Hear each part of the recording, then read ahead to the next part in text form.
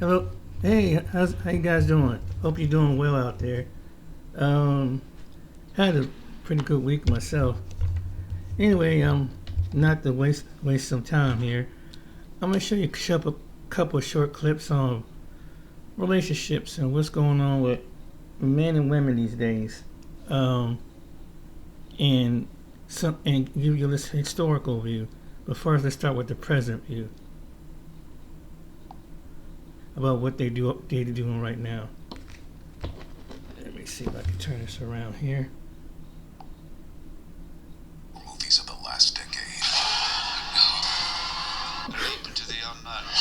Oh my goodness. 28 years later, the Bone Temple, rated R. Alright, look, I don't know who needs to hear this, but my man just tried that new 100 milligram generic Viagra for only 8. What's good, Black Star Podcast? Welcome back to the channel. This is your boy Jared. Y'all, today we're gonna be looking at a video from Dating Right, and y'all, imagine you being a woman and finally understanding that, or finally getting men to understand that you are happy alone. Okay? Now check this out. These women are upset because the good guys aren't chasing them. So they ain't got no dating prospects. So they told men to leave them the fuck alone. Men did. Now they're mad because men, or good men, are leaving their asses alone. How the fuck that shit make sense? The dating scene as an Asian is cooked. Like, I swear every person I talk to have the same issues. The first thing, obviously, always have commitment issues. I know a lot of people date today, but in my head, that doesn't even make any sense. Like, why are you talking to someone if you don't have any interest of, like, actually being with them in the future? And I feel like that's why so many situationships happen. And I'm sorry, I'm just not understanding, like, we're only getting older, guys. Like, the second issue I always come across is that they're always somehow a little bit narcissistic. It's always about me. Like, only think about themselves and, like, like, no, baby. Like being so self-centered sickens me. The third is that they're avoidant, okay? And all these issues start piling up. And you're left there like, what the freak am I doing wrong? Because you can't read their mind. Lastly, the biggest one of them all, lust over love. Why is it so common these days that these men just be thinking with their dick? Like, whatever happened to being a gentleman? Whatever happened to candlelit dinners? Whatever happened to talking until the sunrise comes up and you can see... Y'all killed it. Y'all killed it when y'all standards started to become stupid. the stars and everything. Like, what happened to the cute little dates? Like, Congratulations, you're crying because the women that y'all listen to killed it. why is it always pulled by my back shots? I quit. I felt like I was vibing with this guy that I met tonight, and I was with two of my guy friends, and they were like, ask him for his number, like, blah, blah, blah, and I was like, well, if he's interested in me, like, he'll ask for my number. But they were like, no, just, like, ask for his number, it's fine. And then we were walking out, my friend was like, oh, you guys should exchange numbers, so then we did, and I was like, okay, let me know if you're going out after this. And he's like, yeah, I'll text you. And I was like, well, if I go home, like, I'm not gonna come back here, so I'll just wait for you to be done. And he just didn't, I don't know, he just kind of, like, disappeared. And I was waiting for his text, and he never texted me. But I feel like this is why I don't put myself out there. Like, if a guy wants...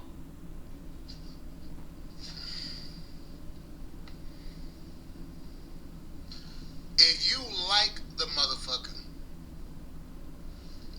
text him.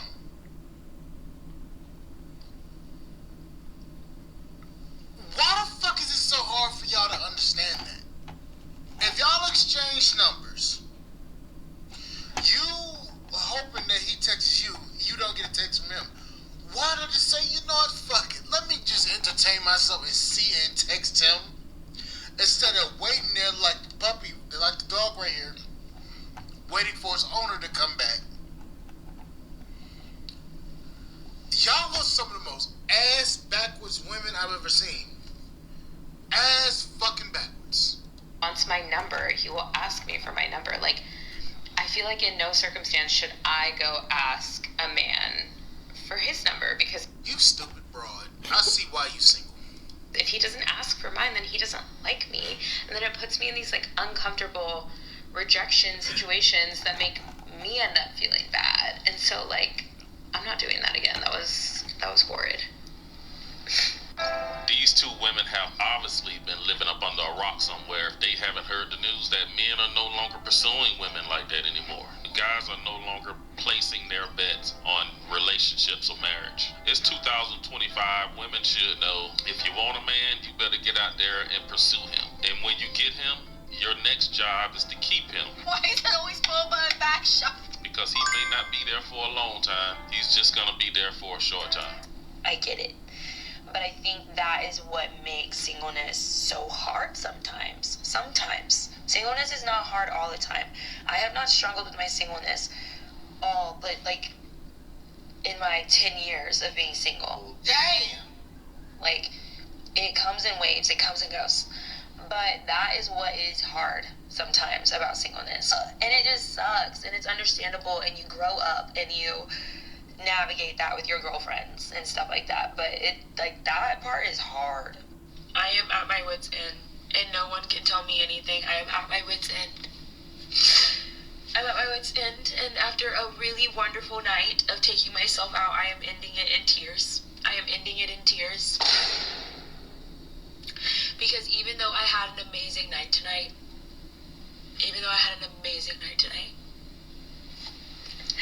I am still coming home alone, and it bothers me. It hurts, it's uncomfortable, and I'm not used to it, so I can complain about it. I'm not used to it, and eventually I will get used to it, and until then, I'm going to be crying about it.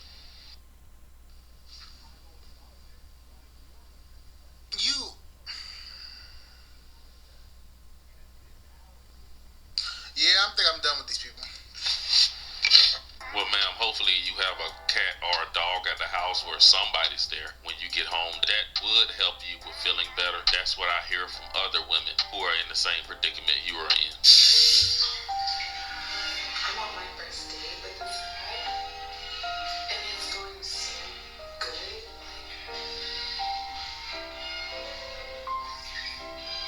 I'm using the restroom, but I'm gonna show y'all like what I look like in a second. When it's time to scale your business, it's time for Shopify. Okie dokie. Now I'm going to give you a history about what's really going on and what Ace said about this one. You know, putting out those videos about those Keishas in the 60s, those are my favorite videos to do. Out of all the videos, those are my favorite. You know why? Because it stops all these dudes that were telling us that, hey, no, yeah, the modern woman, and you know, this just the modern woman. Women like that in the past weren't like that. There's no such thing as the modern woman when it comes to Keisha. That's Keisha. That's all. That's who she's ever been. The modern Keisha you saw in the 60s, black man. And in time before that too, but I'm talking about the 60s because those videos that I put out came from the 60s. And what did you see? What did you see in those videos, black man? You saw them being disrespectful to black men. You saw them wanting black men to be anything else but men. You saw them putting together unions for welfare. Welfare unions. You saw them fighting for everything except for the family structure. Except for fighting for the family structure. You saw them becoming baby mothers talking about they're not thinking about marrying a father until the father do this or the father do that. You saw Keisha's, making new deals with Brad, new welfare deals. You saw that. You seen that. You saw that. So hopefully that all that talk about Keisha's in the 60s, they was riders. No, they were not. No, they were not.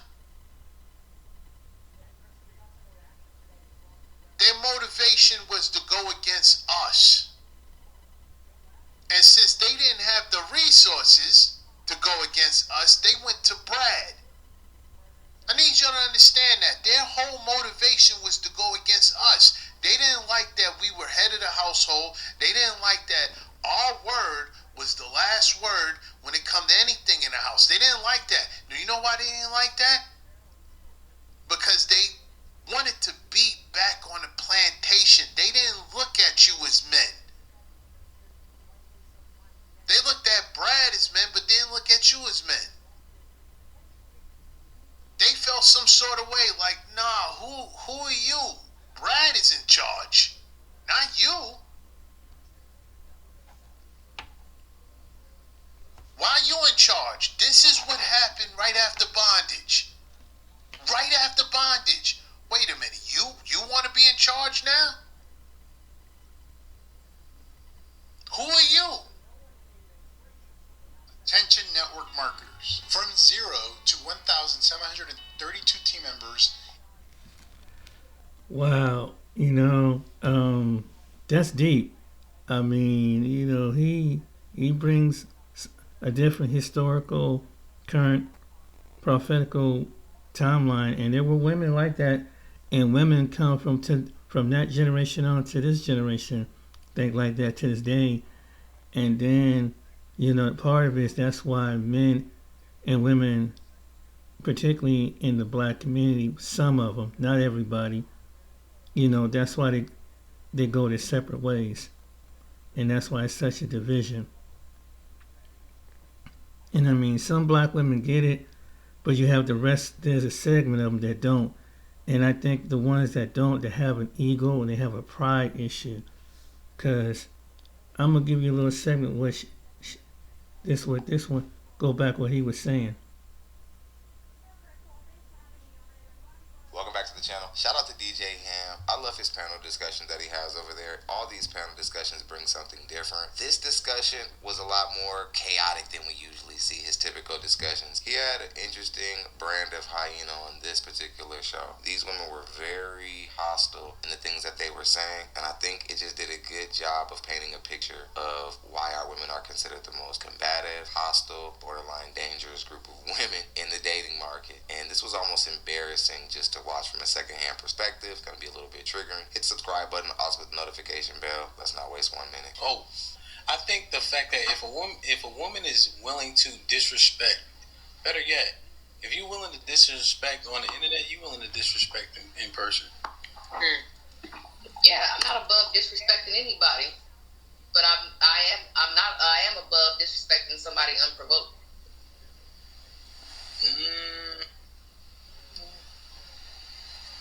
Yeah, that's the disconnect I'm having, because we shouldn't be disrespecting the men at all.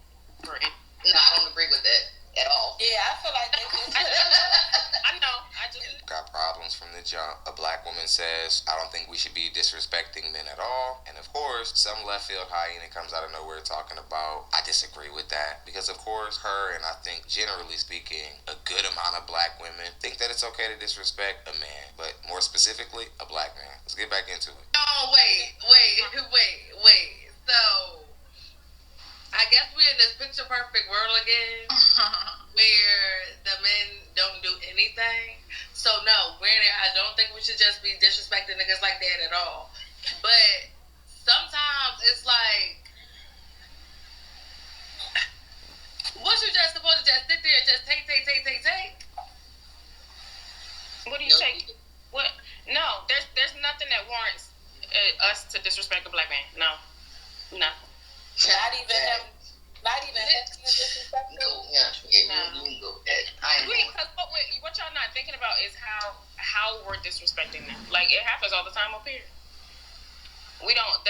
We're running. And we have seen a lot of men disrespect women too. This is a black woman attempting to bring another black woman in a reproach. Very risky thing. We're noticing that even when other BWs try to check other BWs, it still doesn't really go well. Which means that black women's real problem isn't even with black men having these conversations. It's just the information in general. Let's get back into it. And I don't think now. Right now, though. And I understand that. But at the end of the day, you respect me, I respect you. Bottom line. Now, you're not just about to go out your way to say just some crazy, freaking outlandish stuff to me and think that I'm not going to say nothing back to you. Now, I may not go full throttle, but I'm definitely going to get you together because what? Now, we just not about, yes, we're going to big them up. They need to be loved. I'm with that black power. Yes, we love them. But just to be there and just sitting there. You can get somebody together? But the fact that you think you can get a man together, though, that's... I think out of all the demographics of women in the dating market, you may see this with some Puerto Rican women, some Hispanic women. But in the black community, I think the vast majority of our women struggle to show black men respect on these panels because I believe the vast majority of black women, either if it's subconscious warfare or not, are really struggling to respect their men, just in general. And that's why they're having a hard time picking up what the reasonable woman at the top right corner of the panel is putting down. You're throwing too many big words at me. Okay, now, because I don't understand them, I'm going to take them as disrespect. Watch your mouth. Let's get back into the clip. You respect me, I respect you. Now when we saying get them together, like they may still be who they are, but go ahead, you know. It's slang. Yeah. I'm disrespecting you back. Now, she may not say, she probably say, F you, but she ain't gonna say F your mother. There's a line. So y'all don't agree with the previous video then? Not the one he just played, but the one before that. So y'all don't agree with that then? Did you just hear what I said or no? No, I did. That's what as far as her saying like, oh, we just be disrespecting them, like they don't be being disrespectful too. I ain't like that because they be being disrespectful. Yeah, that's what I'm like. Yeah, and that's when they get disrespected back. Yeah, we're just not gonna sit there and just like. But if you value yourself, you can still withhold your composure as a woman and still state your concerns in your way that doesn't have to be disrespectful. Nobody's so reasonable point. No one gets to control the decisions that you make when you're dealing with people day to day. The choices you make, those are your choices. If you go off on men and you snap at people who are physically stronger than you and you could never take in a fist fight or a physical altercation any day of the week, that's your choice. The disrespect itself didn't make you make that awful decision. Let's get back into it. That may go towards our men, but no man on the street who I ain't dating, I ain't doing nothing with, and we ain't got had that type of relationship, you better not disrespect. Ain't got no power or no deed. And then y'all get the disrespect all together. Like I have seen women. But y'all gonna be wait 1 second, because I have seen women come up here as well and be very disrespectful, very catty, and very facetious. Because that's the word that y'all like to use a lot. Me too. So what I'm saying is, when I say I'm going to get you together, I'm going to get you together. I'm going to tell you exactly what you need to know, and that doesn't mean I'm going to be hooping and hollering and cursing you out and calling you everything but the blood of Jesus.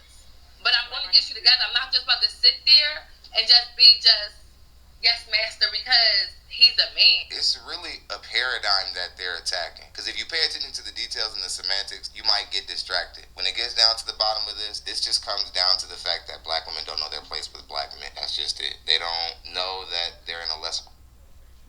Yep, and unfortunately, he's right. Unfortunately, there's women like that. There's just...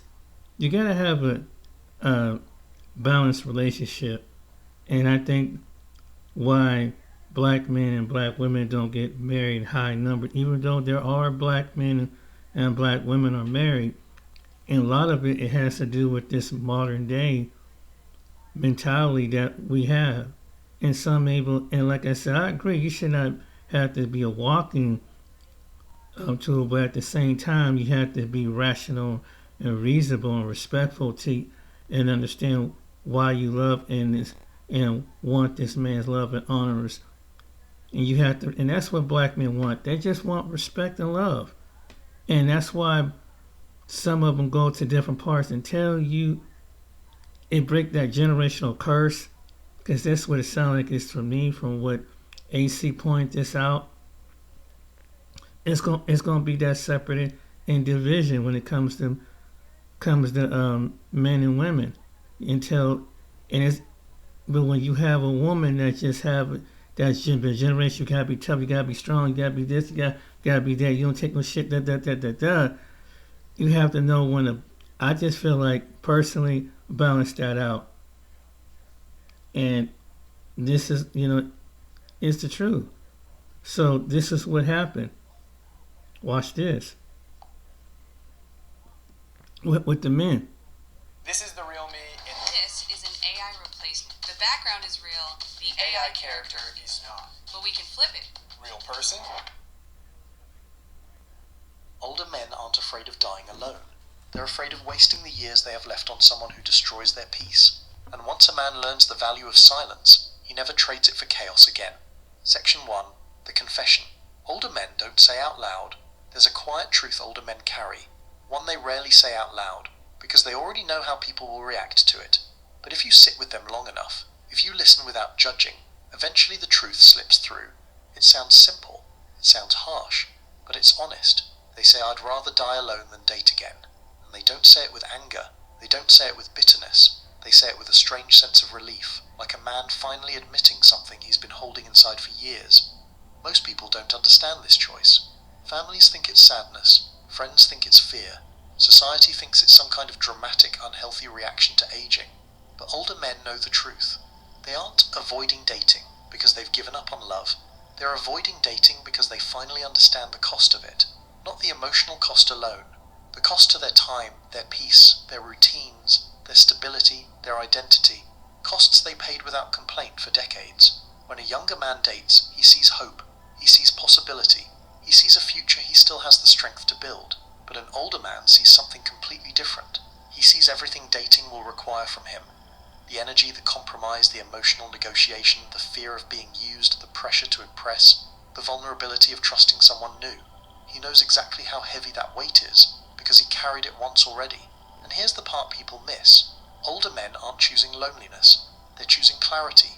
They're choosing control over their own lives. They're choosing mornings without conflict and nights without emotional tension. They're choosing a life where nothing is being demanded of them anymore. A life where they finally get to be enough on their own. So when an older man says he'd rather die alone, he isn't confessing defeat. He's declaring freedom.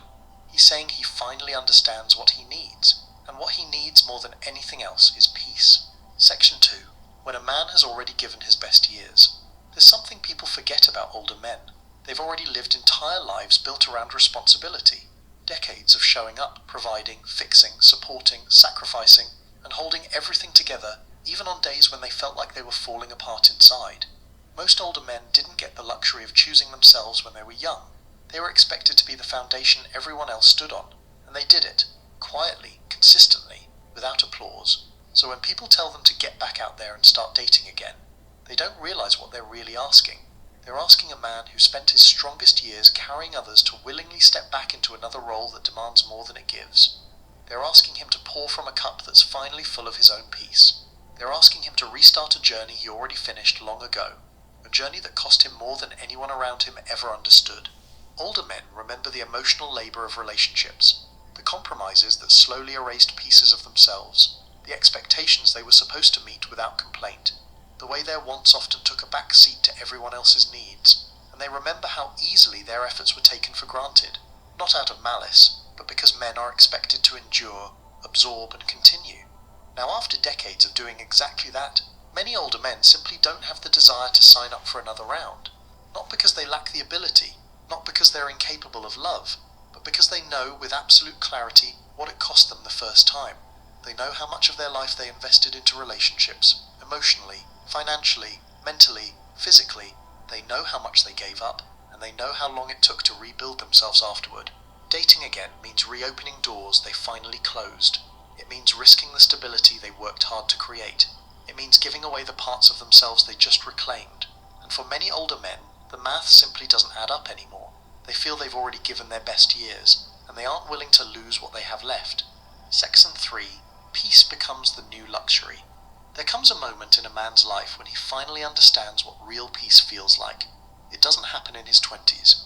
It usually doesn't happen in his 30s either. Those years are filled with noise. The noise of ambition, the noise of relationships, the noise of other people's expectations. But as men get older, something shifts. The world gets quieter. Their home gets quieter. Their mind gets quieter. And for the first time, they notice how good silence feels. For many older men, peace becomes the most valuable thing they've ever experienced. Not excitement, not romance, not the thrill of starting over. Peace. The kind of peace where you wake up and nothing is demanded from you. The kind of peace where you don't have to measure your words or manage someone's mood. The kind where your home finally feels like a refuge instead of another battlefield. When a man gets a taste of that kind of calm, it's almost impossible for him to give it up, because he remembers how rare it was during most of his life. In relationships, he was the stabilizer, the fixer, the emotional anchor. Even in good relationships, peace wasn't his by default. He had to work for it, maintain it, protect it. It was something constantly at risk of being disrupted. Now, living alone, peace just exists, effortlessly, predictably, quietly, and that quiet becomes addictive. Men discover that solitude isn't empty, it's restorative. It gives them space to think, breathe, heal, and reconnect with the parts of themselves they lost along the way. It gives them evenings without conflict, mornings without tension, weekends without obligations. It gives them a sense of control they never had when compromise ruled everything. So when people ask older men why they won't date again, the answer is simple. Dating threatens the one thing they value most now, their peace. And once a man builds a life where peace finally sits at the center, he guards it with everything he has, because he... Absolutely. I'm about to let this video go. But anyway, yeah, that's the reason why most guys my age and some in their 40s, some in their 50s, and so on in the 60s don't want to be bothered with this stuff, because we've seen this in our 20s and our 30s. And then, you know, when you see these younger women, they be thinking that they trying to, some slick by get by using some mind games, but what they don't understand, when their aunts and mothers were their age, we seen this stuff a long time ago. And it's like, you're not playing, and that's why some older men, you know, some will let it ride out for a while, some men will stop it right in its tracks. So it depends on what type of man you get. And this the results of it. So the women are probably wondering, what's wrong with men? That's the example in the video. This is what they've done for decades in America. And these young women, some of them are not trained to be future wives. They don't know how to compromise. They don't have to work with a man. So that's why they're in and out of relationships, because they were never shown this. And I think some young women have to figure it out on their own, unless they had good parents to point it out, and they listen, and they watch their grandmothers and they watch their mothers, how they treat their fathers and their grandfathers, or their how they treat their grand uncles or uncles and cousins and so on. But this the reason why. But if you around women that's combative, and you know, like the man said, and then men who grew up in that environment as young boys to teenage to men, they don't want to deal with. So when they get to my age and over, they want to deal with that stuff. Women don't understand this. How the way some of these women, and I'm not saying all women, some women don't understand. It takes two to make a relationship. Not just you, in your opinion. You know, you have to be considerate once in a while. Instead of you being self-centered, but a lot of women are self-centered. They think it's just be evolved around their looks, or the looks that's going to attract a certain type of intimacy in the bedroom. So they play it to their advantage, and that they can market themselves. It's not a give and give situation because maybe some feel like they're going to be hurt. So therefore, they tend to be alone. That's why you see a lot of them alone. And they're going to be alone, like some men going to be alone, probably possibly for the rest of their life because of the times we're living in. And the way, and then one thing about when he mentions it is that we got to worry what type of trauma this woman has been through. Because, you know, when women get burnt, just like some men get burnt, how does she respond to certain crises? How does she or you going to be that guy or wondering, okay, is she really serious or is something, just because a certain man carries certain personality, she attracted to him, but yet she's with you because she thinks you're lame or whatever, and you turn out you don't know you being cheated on, being played a fool, but she still got that little toxicity, rebellion, that bad boy she's attracted to. This is what there's some men concerned with. This is what some men. And I mean, and with women, you can say some maybe in some cases with some women they got to work when it comes to men. But this is what men. I'm just speaking as a man. I can only imagine that this is what they do. Then they tell you in their face how much they get goggly over a guy. And so it's like it's not wrong finding somebody opposite attract, but when you start saying it in a lustful way, as a man be a lustful way to a woman, and you his wife, and he's like, oh man, that woman look fine, and you got a girlfriend or wife over there. I can understand why the woman will be upset about that. Same way it's like, okay, that's that type of body type. You can be attracted, and I mean that's natural. But aren't you pleased with the person you have as your significant other? And so that plays a role too. And then it's like they telling you're not enough. So men can some way psychologically be taken down. And some women know how to manipulate and do that. That's why they value peace. And it's just something that we take a chance that even dating a younger woman, you think, wow, hopefully she's with you for you or not with you because, yeah, you're stable, but you got more of this. And you hear a lot of women confessing that. But really, they really want this young, hot stud over because he matches their energy. So you got that to concern with. So yeah, that's why some men, in some cases, they're alone, and some women can't figure out why they're alone because this society made it to be that way. It's the truth. I mean, when you contradict what you see, and to some men it don't affect them, so it don't bother them. And then some men cool with their peace because they then like with AC, he probably was a man that saw so much around him that he didn't want to settle down, and you have a lot of younger men don't want to settle down, and they got the resources. But some women made it bad, man. And really the internet is one of the things that display what their true nature are. It really tells on itself because now you see some women that act like that don't come to the internet that's around you. Now you see the motive behind it. See, these panels kind of revealed that. That's what kept some women single. They don't even know it. They think that they can outsmart men. Then some men see what's going on. Tried to tell them a long time ago. But hey, it is what it is. More they open up the mouth, more is going to be revealed. More, and they said men don't listen. Men listen now. And that's why men are leaving them alone.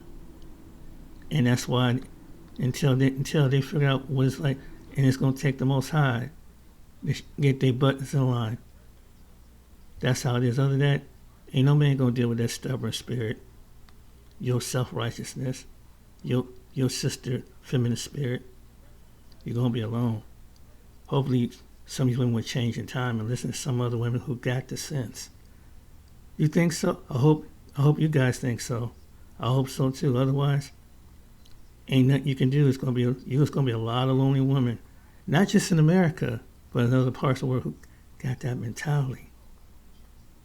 Think about it. Take care, be blessed. See you on the next video.